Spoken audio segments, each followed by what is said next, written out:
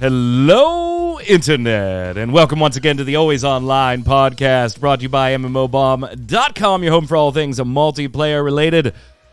We're back. I'm Mike Byrne, your host as always, to talk multiplayer gaming news and opinions and all kinds of fun stuff. Obviously, no show last week. We had Troy kind of have to shift his schedule, so we had to do a last-minute cancellation. Sorry about that, but we are back, and we've got your weekly bombs, your question of the week answers. Make sure you stick around and put yours in the comments below. Those two sections of the show rely on you, and if you ain't giving feedback, I ain't doing no segments no more. I took one away once, and you all yelled at me, so we brought it back, but you got to answer. Joining me to go over all the news this week, Mr. Zach Sharps. What's up, sir? Well, hello. That's like the first time that I've been introduced first. I know. That's surprising. Yeah, it's crazy. In the three-shot panel, you're in the upper right. You have seniority.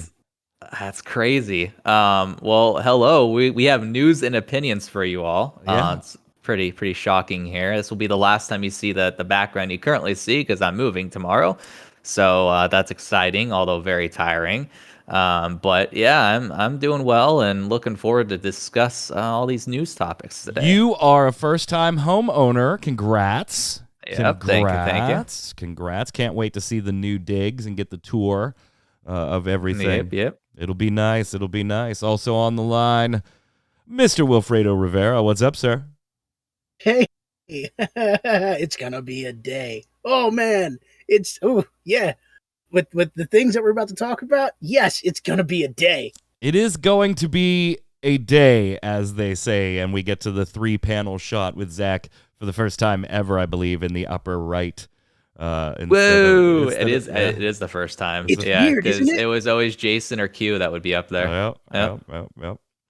I have taken over the second spot. See, I guess technically though, if you were on with Q, I guess you should have been upper right. No, I was always guest host, even when I was doing Free to Play Weekly. Oh yeah, because I wasn't a common host. Yeah, that's right. Yep. Well, welcome to the upper panel, sir, Wilfredo. If we have you host with Anthony or Aspen, you'll also get the upper right panel. I've been there once before. You've been there once? Yeah, with Robin. He has. Yeah. Yeah, Robin doing well, by the way. Robin should be back, by the way. She had to take some time off of a bunch of stuff, not just guesting over here on this little goofy stuff. But let's slide over and get started with the news.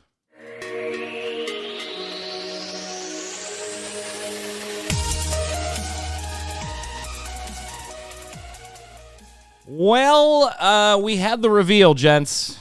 We had the reveal. We all knew, we talked about on this show, that it was going to be called Dragonflight, World of Warcraft's next expansion. They had the official reveal, and surprise, surprise, it was called Dragonflight. There were dragons involved. There was flying of said dragons involved. Hence, Dragonflight. I'm going to show the kind of trailer cinematic that they showed off during the reveal here. We go back into the past to learn a little bit about the history of Titans/dragons and when they ruled Azeroth, and now they're back to heal. And while I don't think anybody was surprised by the title, there were a few things, and a few things we found out in subsequent interviews, that might be surprising to World of Warcraft fans who were maybe a bit disappointed with Shadowlands. I know I was one of those. Narratively speaking, it was a freaking mess. And systems-wise, it wasn't much better in a lot of ways. So we got a peek at a few different things. We're getting the Drakthir race, so a new race.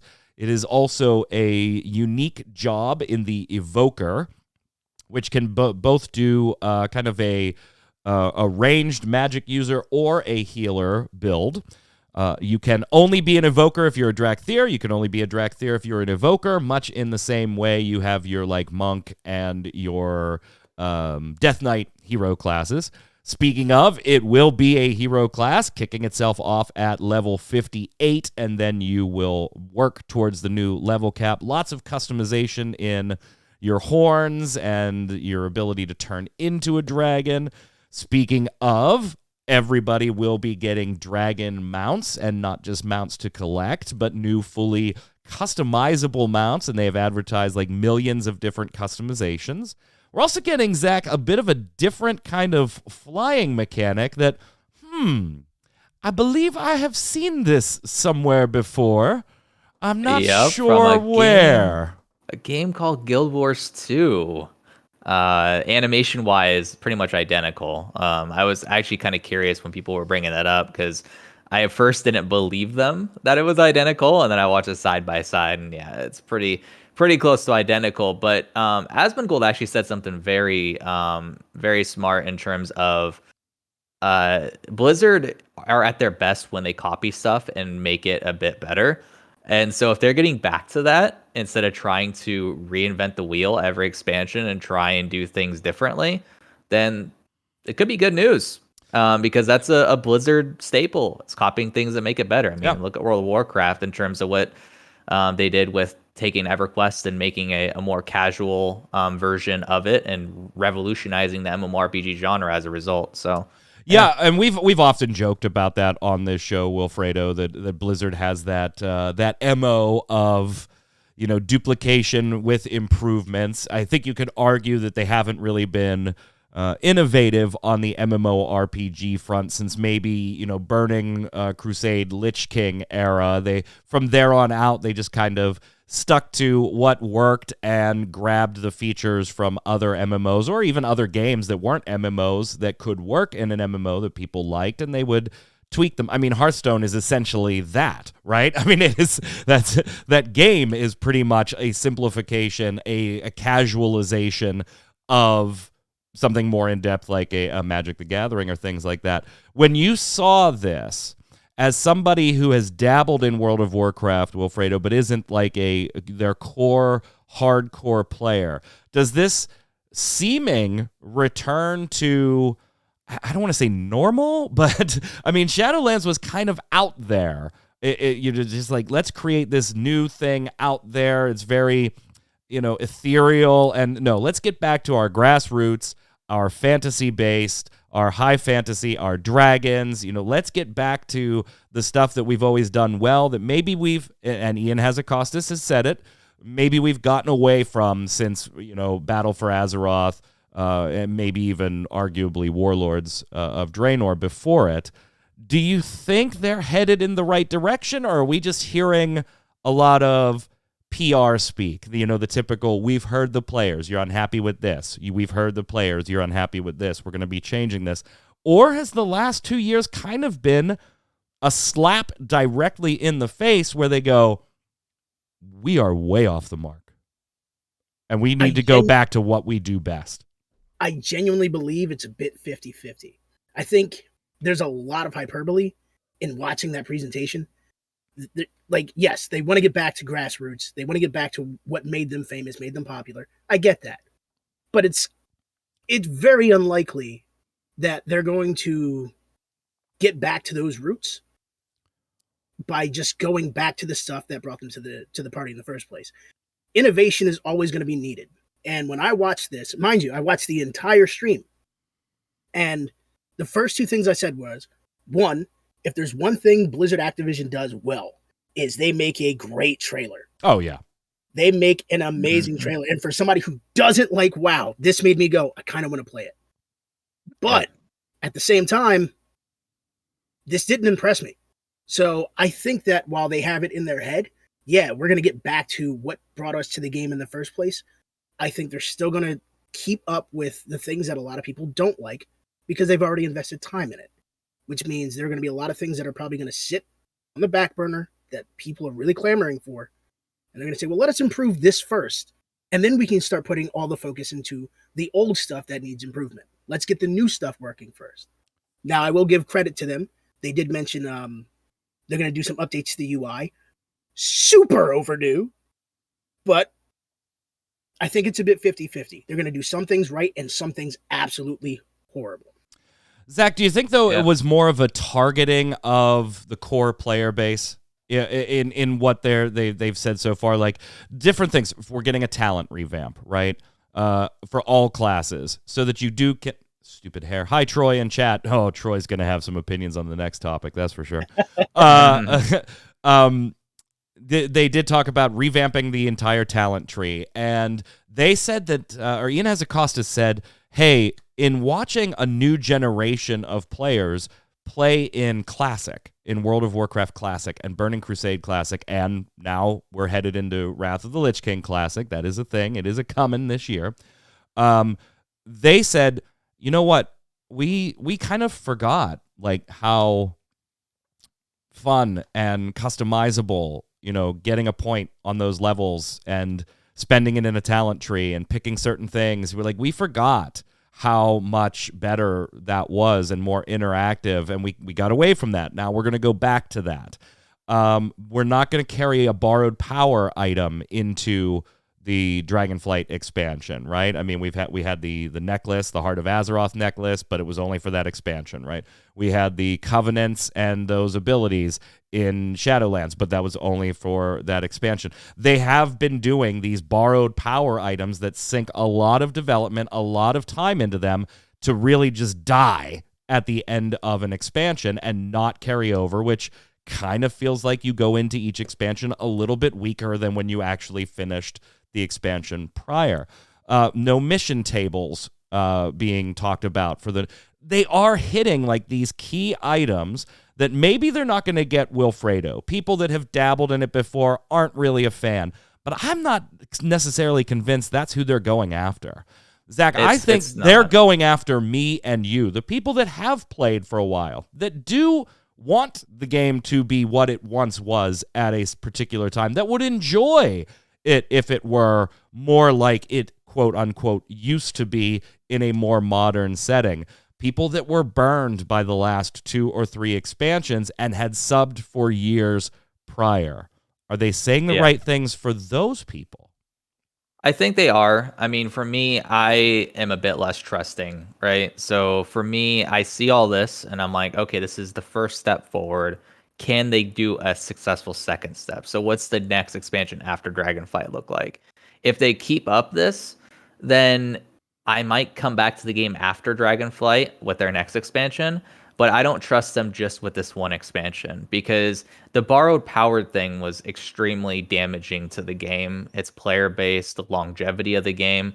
And that is one of the core reasons why World of Warcraft sort of lost its luster, because when you look at Classic to Burning Crusade, from Burning Crusade to Wrath of the Lich King, you felt like your character was progressing, right?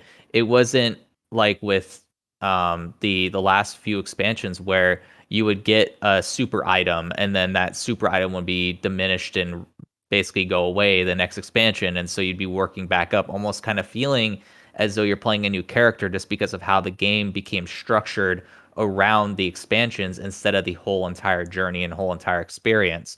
Where with the change to the talent tree system coming back, and them admitting that the borrow power system really greatly limited a lot of the longevity of the character development that you had, that is at least speaking to the correct path forward.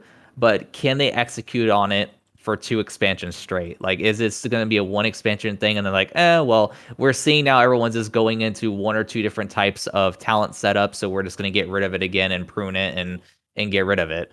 Or will they be like, okay, well, we know that that's kind of the thing with talent trees is, there's going to be some very definitive paths forward that you could take with your character, but maybe we can just sort of build extra paths in with the next expansion and then with the next expansion, and really just try and balance around that, which is something that they never really were able to successfully do in the past.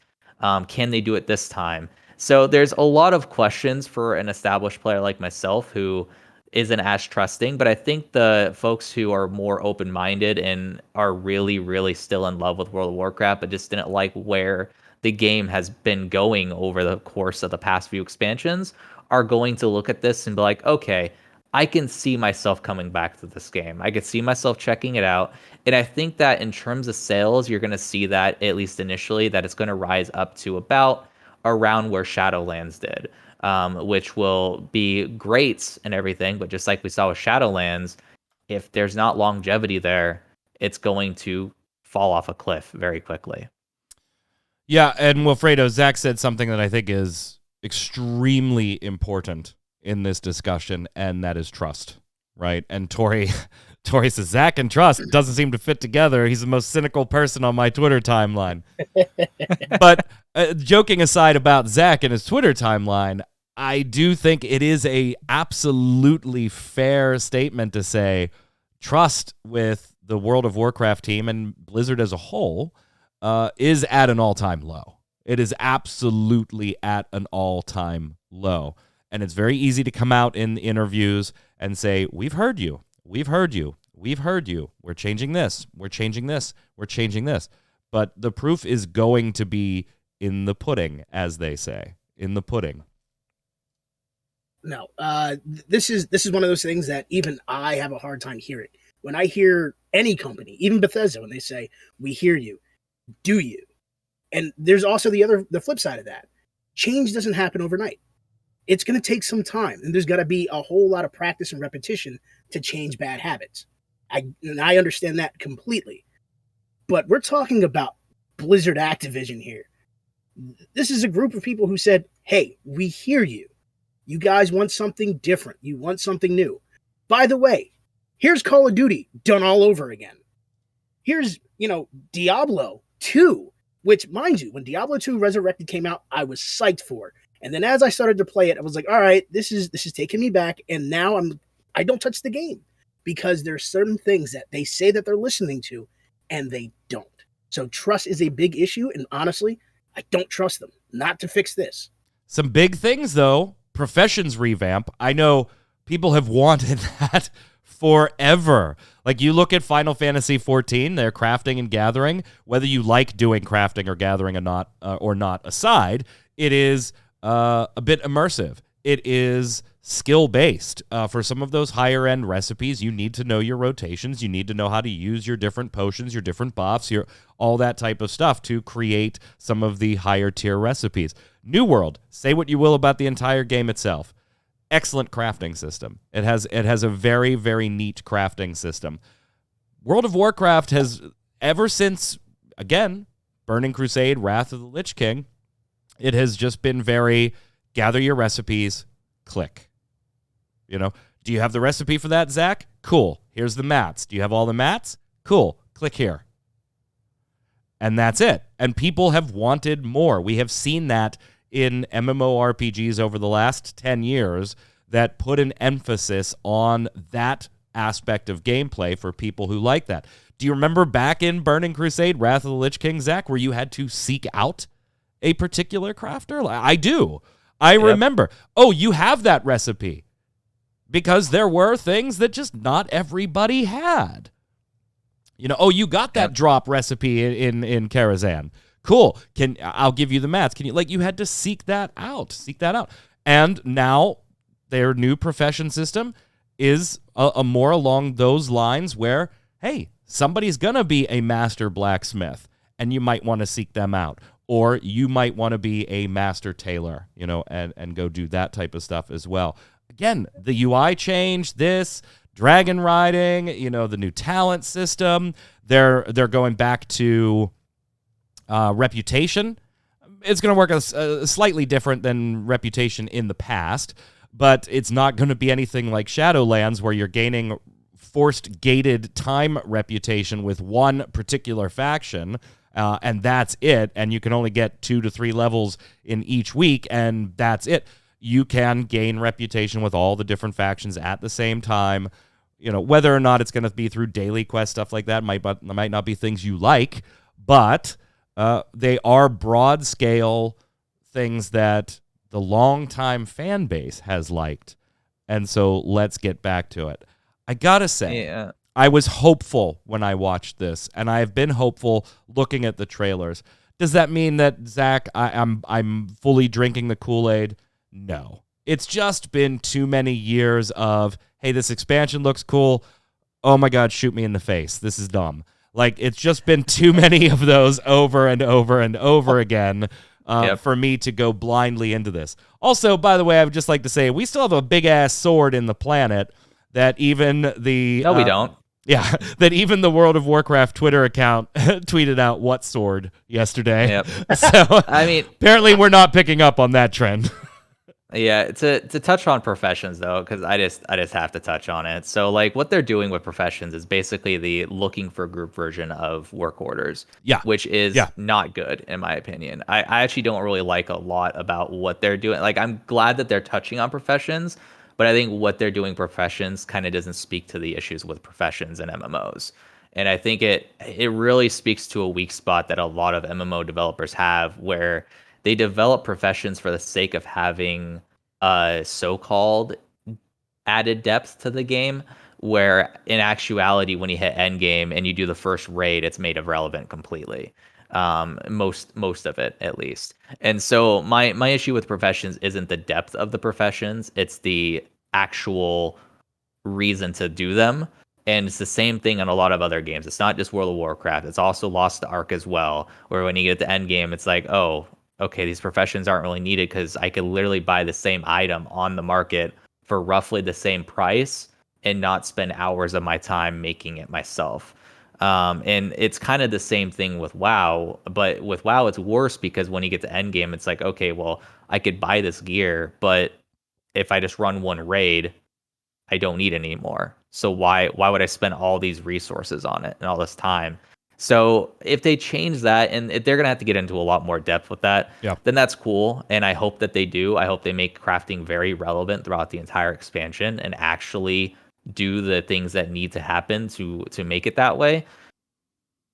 Do I think what they're doing right now really touches on that with the work orders? Not really, because it just LFGs the whole system that was in Classic and Burning Crusade, which was the point of why it was so great in Burning Crusades, because you actually had to interact with people and you actually had to go out and try and find people and figure out who you actually want to work with long term. Where this is kind of like, okay, someone has it up on the page, I can click it and I can go do it. It's not the same in my opinion, and so. Like I said, that's the weakest part of this expansion for me is their professions and what they're talking about. But if they talk about it more and make it more relevant, then that will be good long term. Obviously, we're going to continue to learn a lot more about this expansion as the months go by and we get closer to launch. I did mention already we do have Wrath of the Lich King coming to WoW Classic servers later this year. Interestingly, though, they will not be having a Burning Crusade Classic server. So when they had Vanilla Classic and they put in Burning Crusade, you had the option to stay in on a Vanilla server that did not have Burning Crusade, or you could go to a Burning Crusade Classic server that had the expansion, or for different fees, you could duplicate your character across the two so that you could play in both if you wanted to. Apparently, with Wrath of the Lich King, unless there's been an update that I missed, and I don't follow Classic religiously, so maybe I missed something, I think I saw that they're not going to do a Burning Crusade Classic server. So you'll have the option for the Vanilla, and you'll have the option for the Wrath of the Lich King server, which will have Burning Crusade on it, but no Classic, BC, and Wrath option. And chat, maybe you can correct me if for some reason that has been updated since the last time I saw anything. I thought it was a little bit of... It kind of makes sense to me. Like, either you want to play Vanilla or you want to play a progression server. And that's essentially what these are both turning into in my book.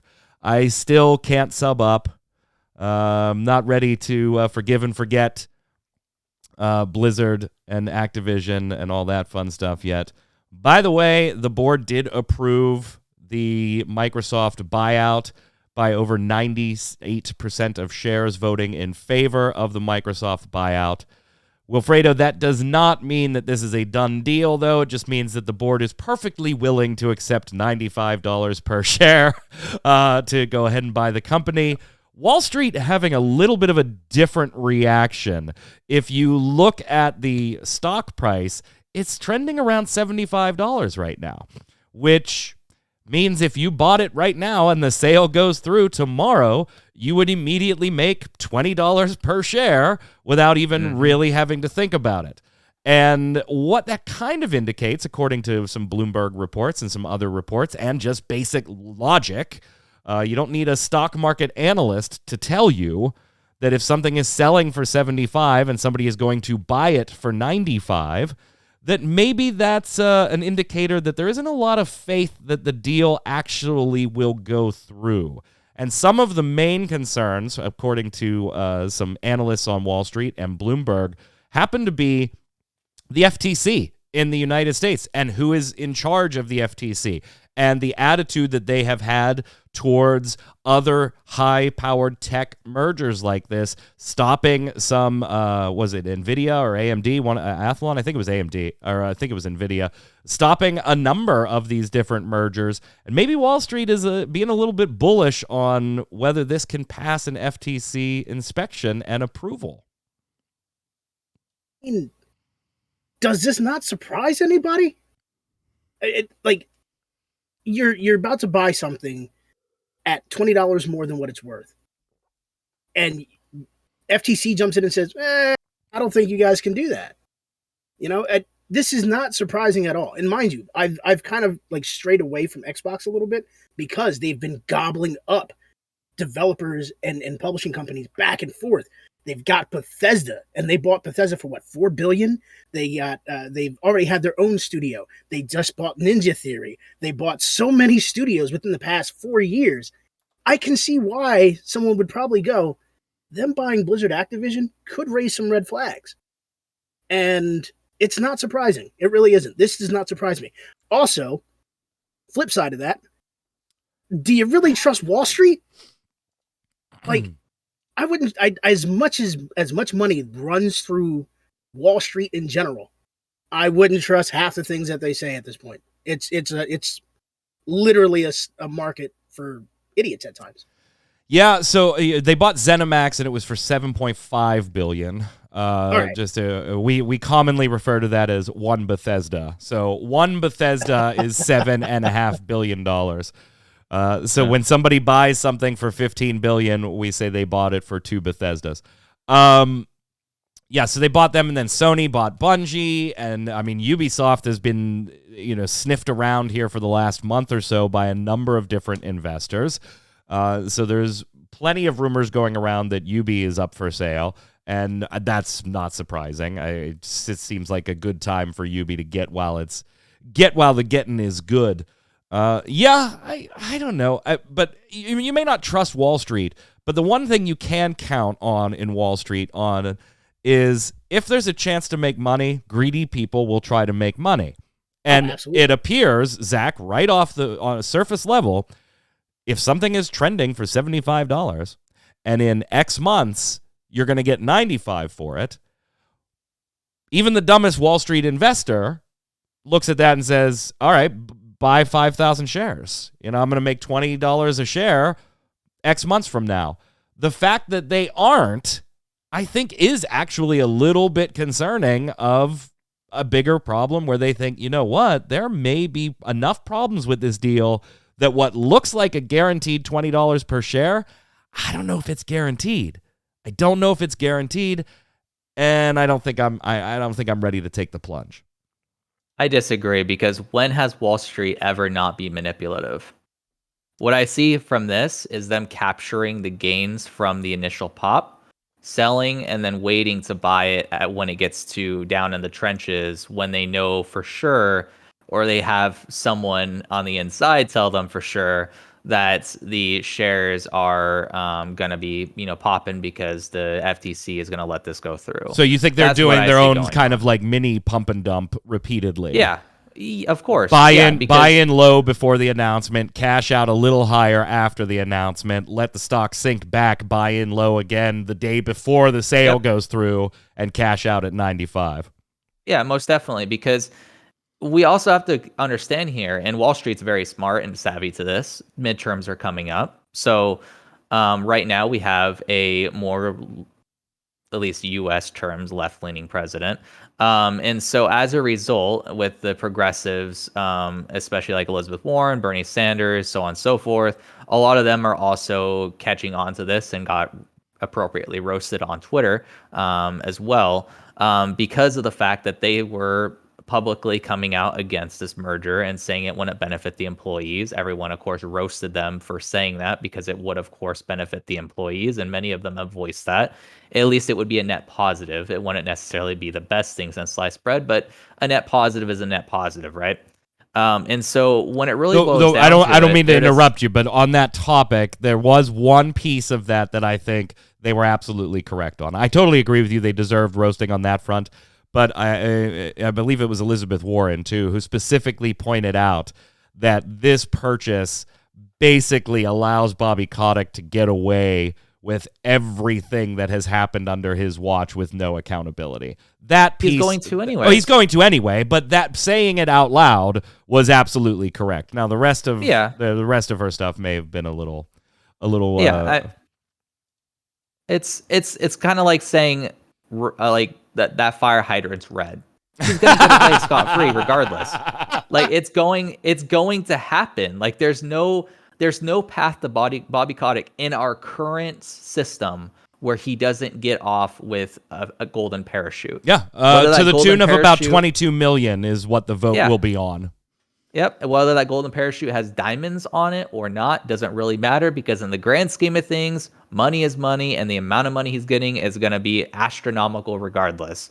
So this whole thing to me just smells like a sort of a long-term sort of pump and dump situation where the smart, savvy people on Wall Street with big positions have sold off, so that way it drives the stock down. So when they know very much for sure where it's not just like an 80-20 situation where 80%, of them think that it's going to be going through scot-free, where 20% are like, maybe not. Once it gets up to the 90%, they're going to buy back in. And at that point, we'll start to see that stock price rise and rise and rise. And then eventually it will be approved. Most likely that will happen a little bit after the midterms. And at that point, the FTC will be closer to their decision, because it should be, if I remember right, Q1 2023 is sort of what they were thinking as to when the determination Q3 will be made. Q3 is well, no, not when the decision will be made, but they were looking at Q3 as far as everything being finalized. Okay. So all the paperwork, all the onboarding, all that stuff by Q3. So that could be Q2 and then Q3 exactly. Yeah. So regardless, same sort of point where is sort of when it will happen, and there'll be a big pop up to the sale price, and then all the Wall Street folks will make a lot of money, and Bobby Kotick will be able to afford another mega yacht to have his fun on. So I mean that's a situation how I see it. Well, let's leave Blizzard for a little while. I'm done talking about Blizzard. I'm cautiously optimistic about Dragonflight. Cautiously optimistic. I'm not a guaranteed purchase at the moment, but I'm cautiously optimistic I'll be watching. Let's talk about some rumors, gents. And I know Noob Fridge is probably going to chime in chat and be mad that I didn't put him on this show to talk about this, but we've got some rumors, and the Twitter embed is going funky on this piece. Anyway, I'll have to fix that after the show. We got some rumors from Skullsy TV. Now, Skullsy has done rumors before and been right about some stuff before, and of course been wrong about some stuff before, but an okay track record, and talked about Elder Scrolls 6 and where it's set, some of the systems that'll be in there, things like that. But when it came to Zenimax, one of the things that was a little surprising is that there's a rumor that Zenimax is working on an MMO set in the world and the lore of the Mandalorian. So there's a couple things I feel like are wrong with this rumor. There's a couple things that I feel like I kind of like about the rumor. So let's break it down a little bit. One, I think how do you make a Star Wars MMO without being a direct competitor to SWTOR, although those agreements are up. Like EA doesn't have the exclusivity on a Star Wars MMO anymore. But generally, I mean, you want the products, if you're Star Wars, you want both products to do well. So how do you do that? Well, you make one that isn't necessarily Star Wars, but takes place in the Star Wars universe. Okay, that kind of makes sense. And gents, we heard months and months last year that Zenimax was working on an MMO. Okay, that kind of lines up. But there's other parts of this rumor that kind of make me go, I don't know. Other parts include that it will be an Xbox exclusive when it comes to the console side of things. And yeah, it would be on PC, of course, too, but plans for a console version on the Xbox only, which makes sense, I guess, because Microsoft, owns that whole joint for $7.5 billion. But I don't know. Like, do you want, if you are a Star Wars fan, you want your pew-pews and your lightsabers, right? Do you want a game set in the lore of, let's say maybe it's the Mandalorian Wars, Wilfredo, if we go back in the, that's a huge time frame that's like generally unexplored in a lot of media, except for maybe the graphic novels or some of the novels have touched on that era. There's a lot of stuff there. But are they making a Mandalorian MMO, or is this just a really out there rumor? I think it could be done. And here's the reason why. I know for a fact that Disney specifically has been shopping around the idea of having their IP, the Star Wars IP, go to different companies and different developers because they haven't been really flattered with EA's marketing as of recently. Oh, yeah. And there's like a dozen different Star Wars video game projects out there right now. Exactly. Yep. So that right there doesn't surprise me at all. The Mandalorian War, however, I think it might be a bit of a stretch. Now, here's where I think we have an opportunity, because Anthony made a really good point about it in the article on MMO Bomb, which is if Bethesda and Zenimax are doing this, Bethesda and Zenimax are really good at their storytelling part of their games, especially with ESO. It's one of the things that keeps me coming back to play Elder Scrolls Online. Great storytelling from start to finish. I really think that this could happen. It's possible, and I won't rule it out. And the only reason why is because if you're going to tell a story about the Mandalorian War, which, mind you, again, we're talking deep cuts for dedicated Star Wars fans. This could also bring in new fans because it doesn't always have to revolve around a Jedi. You could be either a part of the Mandalorians themselves. You could be, a smuggler. You could be a bounty hunter. Plenty of options. We've seen it in other games. I think this is very possible, and I wouldn't rule it out on the fact that they are good at storytelling. The gameplay is pretty solid with, a game like Elder Scrolls Online, and there's a lot of opportunity to kind of get away from the traditional theme park MMO into something more open world and hardy for new players to play. Here's where I think it breaks down a little bit, though, Zach. The Mandalorian show, obviously a huge success, bringing a lot of people that generally maybe weren't Star Wars fans into a new storyline, a new portion of Star Wars that didn't revolve around, the Force and lightsabers and Luke Skywalker and all that fun stuff. A totally different story.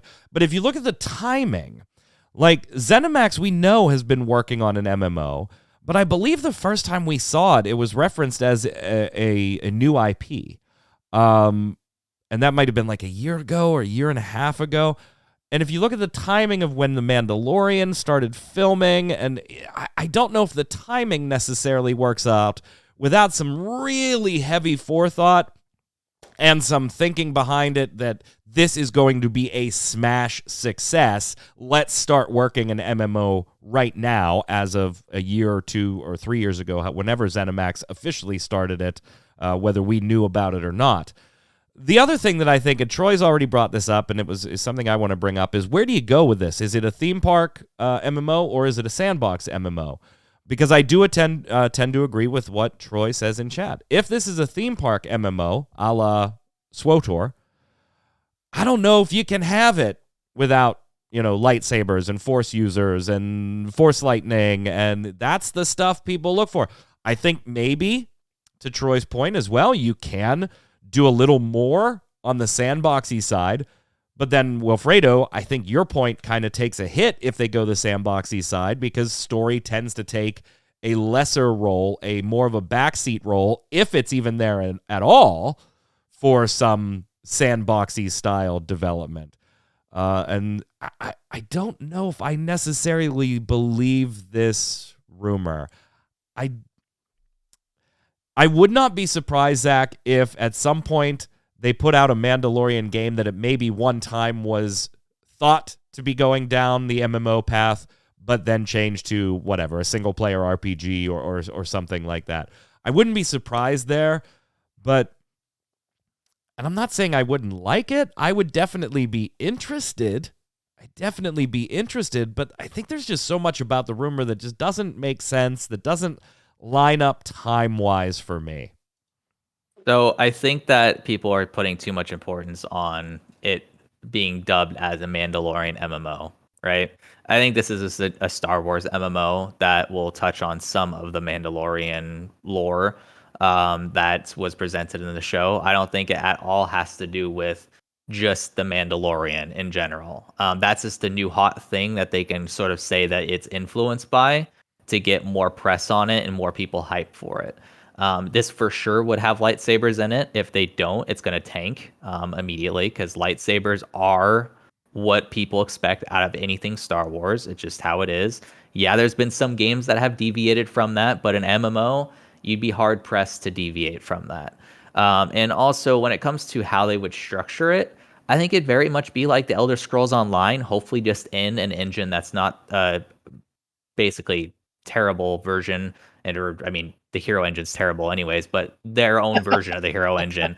Hopefully it will be in something much better and much more stable, and will look and perform much better as a result. Because if you take the Elder Scrolls Online and you structure a Star Wars game in that same formula, that's a pretty cool formula. The Elder Scrolls Online, people don't give it enough credit for it being somewhat of a sandboxy in terms of storytelling, but still having that theme park comfort food along with it. It's very much a well-designed MMO in that sense, and if you were to structure a Star Wars game around that, that would be really cool. Think about just being able to expand with different expansions. You'd be able to do that without so much as sort of ruining a vertical progression. You can just sort of expand on the vertical progression, but still allow folks who want to go back to the old content to progress the characters to be able to do that and get that story as well. That's something that a formula that Elder Scrolls Online has, that it allows, because it's more of a sandbox in terms of its storytelling than something, say, like a SWTOR that's very vertical. In SWTOR, I think that it's kind of telling that this might be actually a true rumor, because look at their last expansion. Look at what it launched as. Troy could speak to it. It's garbage. So let's sort of look at that with a more critical eye here, and maybe a cynical eye. Maybe Tori's right. Maybe I am more cynical here. But when you look at it through the lens of, okay, why was that expansion terrible? Is it maybe because EA and BioWare know that there is a big Star Wars MMO being developed right now, and they know that's going to completely cannibalize the MMO that is already kind of on its last legs? I don't know. If I was an executive, I would hear those rumors and be like, should we invest more on this? I don't think so, and move on from it. You got another popular franchise and series, and Jedi Fallen Order that's doing quite well. So just focus your efforts there. So the Twitter embed on the article actually is not broken. Scalzi took the tweet down and says, FYI, deleted the Twitter thread rumor list. It was getting far too much attention and misinformation spread about it than it should have. Journalists need to be straightforward with how they report. I clearly stated it was an unverified rumor list and things got wild. This kind of thing can do potential damage to future Bethesda products. It's fun to speculate, and I'll keep speculating and breaking rumors down. But when websites twist my tweets into being portrayed as inside leaks, this is where I draw the line and where stuff gets crazy. Because of that, I will change how I interact and potentially share all rumors in the future, including using the word rumor several times in all capital letters in at least 8,000 individual tweets in 25 different languages, including ancient Latin and various pheromonal-based comm. Obviously being a little facetious there. Now, I don't know what particular sites Scalzi had a problem with. Obviously, it wouldn't be somebody the size of MMO Bomb. We're probably talking like, IGNs and big places like that. Because I will say that our article starts off with rumor as the headline right away. And then even points out in like the second main sentence of it that even Scalzi said, take this stuff with a grain of salt. It hasn't been personally verified. So like we did our due diligence on reporting it correctly. Scalzi also got permission from Jason Schreier to share a message that Jason sent Scalzi from Jason Schreier of Bloomberg that says, I haven't gotten through every single bullet point on your list, but I sent it to someone who would know, and they responded bullshit based on their knowledge of at least some of the items not being true. So while I can't say for sure that everything on that list is false, and in fact some of it might turn out to be true via lucky guesses, the inclusion of at least a few fake items suggests that whoever sent it to you, saying whoever sent it to Scalzi, is lying. Does that change your outlook on this at all, Wilfredo? Not really. This is one of those things where PR might step in and say, yeah, no, this is complete BS. Because somebody may have actually touched on it and said, oh man, they nailed it first try. And, squash it. Let's put it to bed. Let's make it irrelevant now. Meanwhile, let our devs get back to work making said game. So it doesn't dissuade me. And if it turns out that that's not what they're working on, I'm not really beat up about it. Because someone's going to come up with an MMO somewhere down the line where it's going to be like awesome and fantastic, and it won't have any of the predatory, habits of EA's game. So I'm good with it. Let's just leave this topic on this. Zach, how badly do you want to see a new Star Wars MMO? Like, forget Mandalorian, forget who's making it, just in general concept, scale of 1 to 10, 1 being I don't care, I wouldn't play it, 10, I couldn't be more hyped, I'll pre-order as soon as it's announced. Do you want a new Star Wars MMO? If it's by Zenimax, because of how much I've sung the praises of the Elder Scrolls Online, 100% will buy day one. Wilfredo? I would say I would give myself an 8. I would be extremely interested. I just want to see more info first. I gotta go with I want a new Star Wars MMO. Yeah, I do. I don't care who makes it. That SWTOR expansion was killer to me. I was looking forward to that and heard the yes. coverage, and I'm like, okay, they're done with this game apparently, and it killed it in my brain. So cough, cough, Anthem, cough, cough. Yeah, that last expansion was a bit brutal, but they heard our feedback, guys. They heard our feedback. Speaking of feedback, housing in Final Fantasy XIV continues to be an absolute freaking disaster with the new housing lottery system. Now expected to finally be fixed around May 16th in that update. It has just been, and we're not going to spend too much time on this. I just want to give a little update to all of you. Yoshi P has been releasing updates like every couple of days. We're up to like update 5 on the Lodestone. He also did touch on, hey, stop being dicks in PvP. And yeah, he totally should play Rocket League. That's all I'm saying. Because apparently, like, spamming good game when the match is undecided, that is toxic, according to Yoshi P. And he doesn't want you doing that. He should see how many times I get what is saved in Rocket League. So behave in chat, and hopefully the housing has just always been such a disaster in 14. Absolute disaster. Yep. My question is this. I've seen other games do player housing, and they did it right. One of my favorite games that did player housing right, in my opinion, was WildStar. Oh, WildStar, yeah, absolutely had one of the best housing systems. Where did Squeenix come up with this idea of let's have a limited spot when it comes to player housing so that only specific players can have it? Unlike WildStar, where it's like, here's a platform. This is basically all on our cloud. Go build your house the way you want. Yeah, so I've seen that argument, Zach. Like, where do you fall in this? I've seen that argument going back and forth on Twitter and on Reddit lately in response to this whole thing on should housing be a feature that's accessible to everybody in the game, or is it, should housing be a limited thing? Now, in Final Fantasy XIV specifically, I think it's a little weird because it's already limited to those that have the ability to save up the necessary amount of gil to buy said house, which is, in some people's cases, a feat in and of itself. Forget availability of housing plots. So there is already a barrier to getting a house in Final Fantasy in needing an exorbitant amount of gil, depending on the house you want. And now the technical issues and the lottery system just kind of make it worse. Is housing something that should just be available to all players in an MMO, or are you more on the side of earn it, baby? Technical issues aside, not making things fair, that's a different story.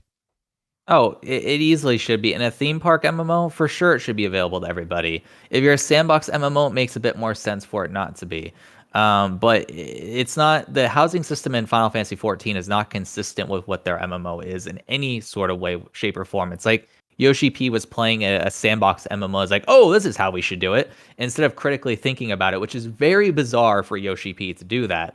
But it reeks of something like that. Like, why as a lead would you even think about doing it in this way? Like, it makes no sense for your MMO. Now, if you want to make more extravagant plots of land for those who are able to pay a whole lot of money, or have an auction system for said plots of land, or have it be a full real estate auction system where you can set your listing if you want and sell your plot of land at any point in time, that's cool. But it should be unlimited amount of land. It's just you can make the quality of that land a bit better if you want.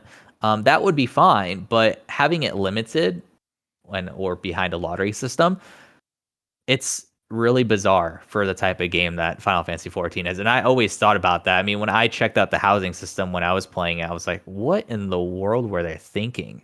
Like, it was so bizarre. Like, I don't know. I hopefully they change it to be a bit more unlimited, and rectify that. But yeah, it still will always be a bizarre thing that they went in that direction to begin with. Should it be something that's just generally available, Wilfredo? Absolutely. Why would you take that away from people? It kind of creates like almost an elitist classism in the game. Like, only the rich and the wealthy, the whales of the game, will be able to buy a plot. Versus, well, I'm just RPing. All I want to do is have a place for us to just kind of hang out and RP in the house. It's like the guild home. Give me that. I want that, and everybody else wants one. Yeah, go, give me. All right, gents. Let's head over and do those weekly bombs.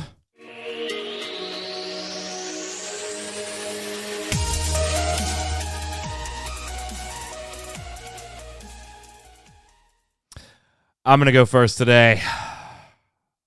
I'm going to give a dub bomb to Turbo Golf Racing, Zach. Zach and I have been watching this one since we saw it announced. We were like, this could be fun. Rocket League Golf. This could be fun. It's in closed beta right now. I'm actually going to stream it today after the show. So if you are watching this on YouTube or mmobomb.com or listening over on iTunes or Spotify, consider heading over to twitch.tv/mmobomb, giving us a follow, a like, a subscribe on all the different platforms. Put your comments down below, feed the algorithms, and if you like what we do here, tell a friend. So you can hang out with us streaming. I'm going to check it out some more after today's show on stream. The beta is a little bare bones. You'll see when we do the streaming. But I am enjoying it so far. It is very, very weird playing Rocket League and then playing this, because the controls are a little different in some key areas, and car control is not as crisp as it is in Rocket League, but there's legitimate reasons for it, and it is still beta too. But I'm really enjoying it, so I got to give it a dub bomb. While we're talking about it, though, I do want to give an A-bomb to Rocket League. I hate its freaking Knockout Bash Battle Royale limited time event that is going on right now. It is, I fucking hate it. It is, I thought it would be interesting to me, and maybe some people do like it. I don't, and I absolutely hate that one of the damn rewards for the limited time event is based on winning one match. Because that is horrid. That is absolutely horrid. I cannot get it. It's very Battle Royale, 8 cars, and it's also very rock, paper, scissors, too. Maybe some people like it. I'm not one of them. I got to give it an A-bomb. And I also have to give a curious bomb, since we're talking about the physics-based games. Zach, we got another potential Rocket League competitor possibly coming up from 2K Games called Gravity. What is it? Gravity Zero? Something like that. Yeah, something like that. Which looks a little bit Tron-y as far as like your vehicles and stuff like that, but kind of the same thing. Gravity Goal, sorry. 1s, 2s, and 3s, physics-based, get the ball into the net, but also a disc weapon that your vehicle has that you can use in the match too. So lots of Rocket League-esque things going on. So I'm very happy. Go ahead, Zach. Yeah, so I'm gonna give a dub bomb to Terra, just for all the memories. Closing down. Yeah, because Terra actually is where I met some really good friends of mine, and so it kind of has a soft spot for me. It's also part of the reason why I'm even on this podcast to begin with, because if anyone knows my history, a lot of my most popular videos of all time were Terra videos, and the hundreds of thousands of views, and I credit that a lot to just the traction I got with my YouTube channel just in general. It's how I ended up on mmosite.com, which is now pretty much dead because it's a Chinese-based website. So we all know how that type of stuff's going. And also, just being able to progressively get a following to the point where Lewis was able to discover me and invite me on for MMO Bombs. So I credit it for a lot of things, and it's also pushed the industry forward too. When it comes to action combat and showing that that's possible within an MMO landscape. It's just unfortunate that they were in Unreal Engine 3, which caused a lot of issues. But it was still it was a fun ride, that game, and it's a shame it's shutting down, but it deserves to be shut down at this point too. So it's not sad in that sense. It's just sad because it has a soft spot in my heart. So dub bomb to Terra for giving me those memories and everything that came from that. And I also just didn't want to go into the A-bomb territory because my A-bomb would probably take about 30 minutes to discuss. So, but it has to do with Lost Ark. But we'll just go to the side on that one. Anyone who follows me on Twitter has heard a lot about me complaining about Lost Ark. So I'll just leave it there. Yep. Forsaken World, also the first casualty, by the way, of the Perfect World Entertainment buyout, becoming part of Gearbox. Yeah, Forsaken World closing down. That was quick. Just viewed it as unsustainable. Do we think Perfect World International is behind it? Like, do we think it's on the chopping block too? I mean, I know they've been developing a newer Perfect World for a while. Whether or not that project will continue now, we don't know. Or do you think Perfect World International is still safe in its little stall? I think it's safe. So do I. I think it's fine. It's one of their staples. Yeah, but they're not Perfect World anymore. So yeah, but it's their history. There is no Perfect World anymore.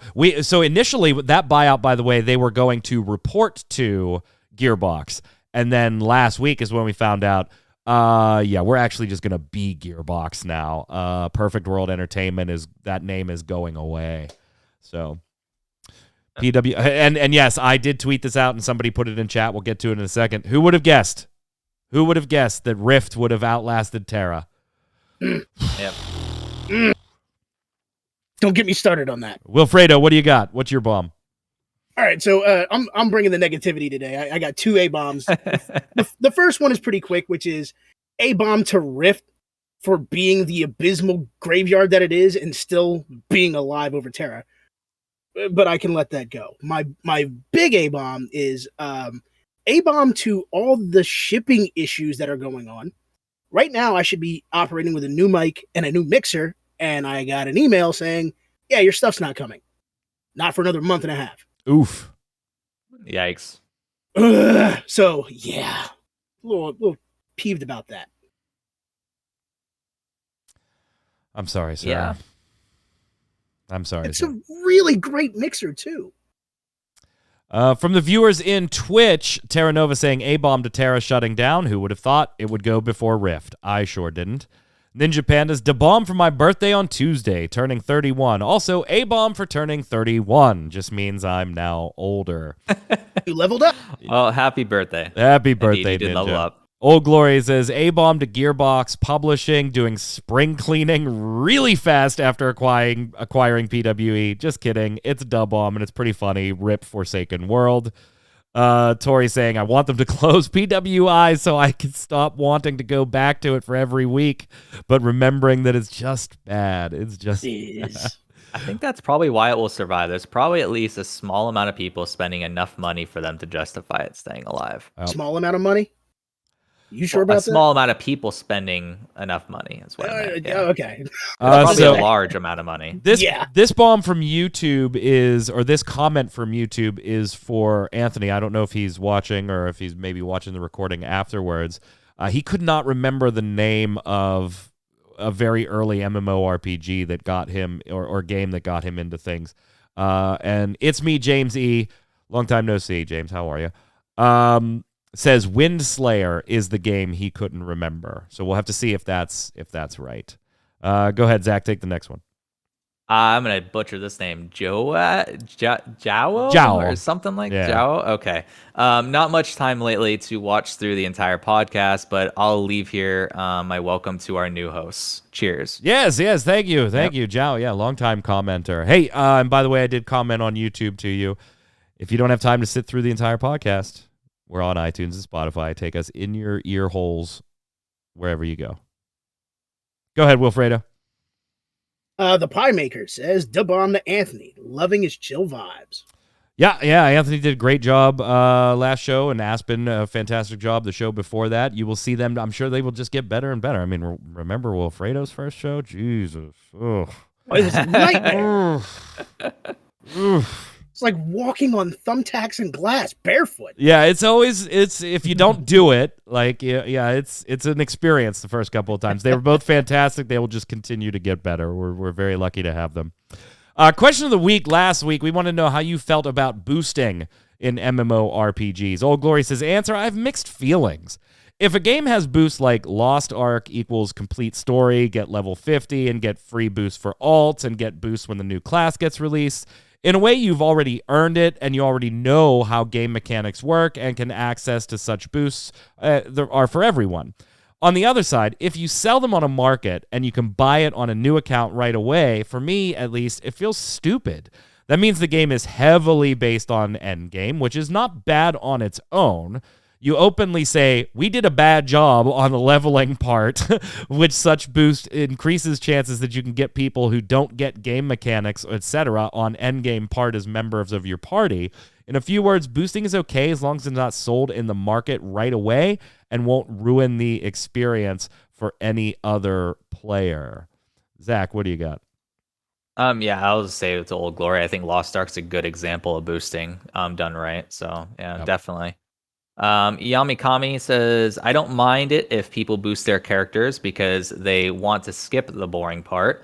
I am just kind of confused by the notion that devs spend years to make a big world, write quests, maybe even voice them, design quest rewards like unique looking swords, and armor and much more. And then people want to pay extra money to avoid a big portion of the experience. Yes, sure, if it's your 10th character or so, you might have got sick and tired of leveling up a character yet again. I just personally feel like MMOs should provide good content throughout the experience. This is what actually pisses me off most with some MMOs, like Star Wars The Old Republic. The game has great locations, for example, like Nar Shaddaa, Korriban, and my favorites, Droman Kos, yet it's all meaningless once you reach max level because you are stuck in a relatively tiny portion of the game, and all of the great and famous locations are useless. So why pay the extra money to be stuck in that tiny endgame location anyways? Sorry, I got a bit long, but had to get this off my chest. No, I mean, you're right. I've said the same thing, Yamikami. Yeah, absolutely. But it's also it's a fault of the genre, right? You want to find an MMO that you like, and then me hit up Wilfredo and say, dude, you got to come check this game out with me. But the primary draw for Wilfredo right there is oh, I want to go play this game with Mike. Not necessarily, I want to go play this game. And so there is that kind of, for Wilfredo, he wants the experience of being able to log in and he's level 60 with me and we're going on adventures, not necessarily having to play 40 or 50 hours before him and I can do things together. So it's a little dicey. Question of the week this week. Like I said, last week was a little low on those question of the week answers and weekly bombs, so get them both in there in the comments. Do you want a new Star Wars MMORPG? Who should make it? What does it need to have? A theme park, a sandbox, etc. Do we need a SWTOR competitor or an updated Star Wars MMO at this point? Let us know in the comments below. Chat liking Aspen and Anthony as well, and Noob Fridge letting you know that Troy guy is also cool.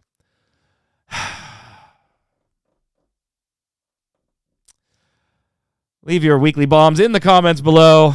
Dub bomb for something good, A bomb for something bad in the world of gaming or just life in general, and your weekly question answers. Until next week, Wilfredo, where can everybody find you? Come over at on Twitter at DamianXMarius. I'm gonna start bugging people about ideas that I should have for video game streaming and content and stuff like that. I want to come up with something dope. Yeah, you still owe me a video series that we want to check something out. I weirdly that you say that. It should be done by Monday. Hey, sweet. Well, look forward to that. He wants to try out. He's wanted to try out for a while, but his work schedule got a little hectic there for a while.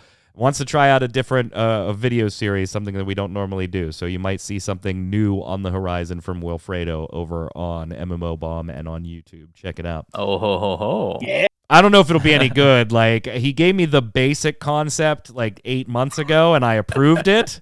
But here we are 8 months later, and I don't know what it's going to look like. So we'll see. We'll all learn. Be a nightmare. We'll all learn together. We'll all learn together. Zach, where can everybody find you, boss? Everyone can find me at on Twitter at Healthurian and also Healthurius games as well. So, yep. And then also, I did want to mention in chat, I did see your joke, Old Glory, about my legs.